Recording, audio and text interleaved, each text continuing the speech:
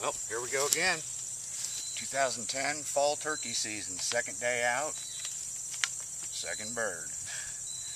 There you go. This time, we're sporting a hen with a beard. Yes, that's a bearded hen.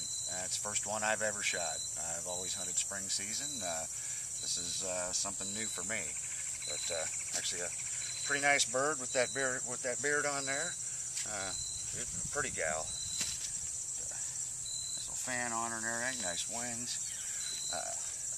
Taken out this time for the first debut of the TC Pro Hunter 12 gauge 3-inch nitro mag.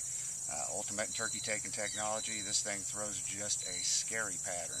I mean, it is bad. And had a whole flock come in on me. Actually, 2 of them came within 10 yards. Just trying to sit still. I didn't even have a real setup. I was just trying to ambush them, go for an end around, and they came right back to me. And 2 came right on top of me, this being one of them. The other one, heck, I could have probably spit on the other one, but it was just a little hen, no beard or anything. So, lots of fun. This is awesome. 2010 fall season, out.